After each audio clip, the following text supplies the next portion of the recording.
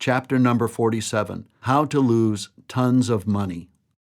Dr. Mike wanted to increase his income by increasing patient services, so he added massage therapy, a popular weight loss program, and a chiropractic associate. With insurance reimbursements down, he thought offering more services would be a great way to boost collections. Plus, Dr. Mike liked the fact that he wouldn't have to personally provide the new services. Mike had another idea. He'd open the office on Friday afternoon and Saturday morning.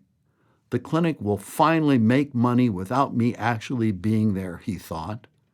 The next result, Mike doubled his stress and took home $51,000 less than the year before. Wait a minute. Mike added services that he billed for, increased the service time, and lost take-home dollars? Yep, Mike lost a big chunk of his profit and ended up working a lot harder, definitely not what the doctor ordered. Mike is not alone. Every month I speak to smart, successful docs who've added services and personnel only to lose money. The good news is it doesn't have to be that way. Add services the right way, and your patients will love it. Your staff will do the hands-on work, and you'll profit handsomely. So where did Mike go wrong? I've been guiding people through this process for more than 25 years, and when it crashes, it's usually because of the same set of mistakes. Let's take a look at each misstep and give Dr. Mike some solutions. Mistake number 1, not treating each additional service as a separate business that needs to produce a profit. Here's how even smart docs like Mike get fooled. He was already making good money and thought that adding additional services would be easy. The program would just catch on. The term catch on is code for I've got no plan, and no plan is a plan to fail. Solution?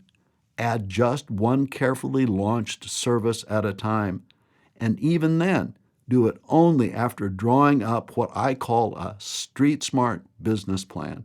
This real-life strategy sheet needs to clearly outline how you're going to build your business into profit ASAP.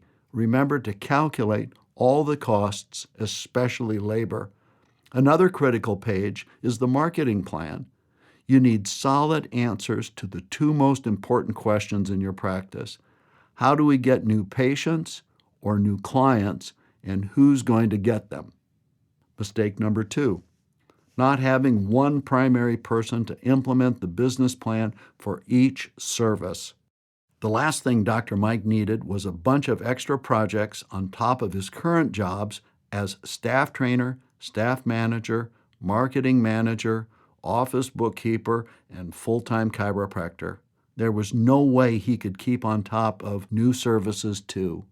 In retrospect, Dr. Mike's de facto management strategy was the all-too-common throw it against the wall and see if it sticks. Things were not sticking. Solution: each area of service in your chiropractic practice needs one person to lead the project.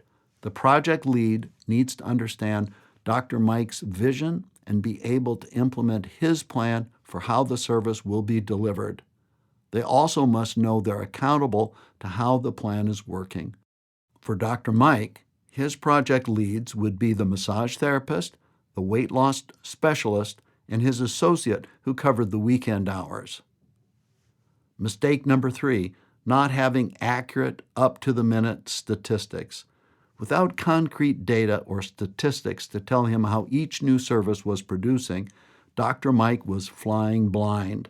He thought things looked busier, but the only real information he saw was weeks after the program launches, when he pulled his profit and loss statement only to see he'd taken home less money yet another month. Solution: every project lead should report in 3 very important ways. First report: the project lead provides a live 60-second check-in and check-out every day. Each project lead would find Dr. Mike first thing in the morning and fill him in on what part of the business plan and marketing they'd be working on that day. At the end of the day, the project lead checks out by reporting what got accomplished. Together, the in and the out takes 2 minutes per person. Second report. The project leads either hand, email, or text their daily stats to Dr. Mike every day. Third report. The project leads bring their weekly stats to the office meeting where they report to the whole team how their services are progressing. With these 3 reports, Dr. Mike would have known in real time what was being done and how it affected his bank account. He could have made corrections or changes to his plan based on solid information. Let me share a real-life example. Dr. Phil, no, not that one, has multiple services or businesses, as we call them, both inside and outside his practice. Here's what Dr. Phil gets every day from each of his businesses. His in-office personnel each catch him for a short 60-second check-in as the day begins. That includes his 2 associates, 1 massage therapist, and a CA who runs the weight loss program. A program lead from an outside business has already called him on his mobile with her check-in. Dr. Phil says, "It's great. In the first 10 to 15 minutes of my day, I know what every project lead is thinking and what they believe needs to be done. At the end of the day, project leads are responsible for tracking Dr. Phil down for a checkout that takes less than a minute each. He squares what they tell him with what they promised that morning, and it's all good. Or if not, he asks questions as he looks over his stats on their Post-it notes. Net result, Dr. Phil's in the loop in the best possible way, the businesses are running well, and he's making money." Next, at the religiously consistent weekly office meeting, Dr. Phil listens to each project lead report their stats, wins, near-term goals to the team. He truly is in control of every phase of the practice and each income stream. Oh, I almost forgot. Do you remember Dr. Mike's decision to extend his hours? Typically, that's a huge mistake. His clinic didn't see more patients. They just spread their existing visits over more hours, which had to be covered by support staff, which drove up his labor costs. He should have waited until the associate's practice required more room or clinic hours.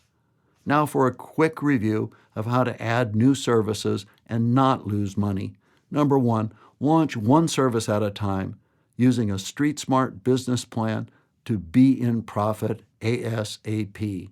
Number 2, appoint 1 person as project lead of each service. Number 3, require daily check-in, check-out, and stat reports. It's their responsibility to find you. Don't chase them. Number 4, project leads share weekly stats at the office meeting.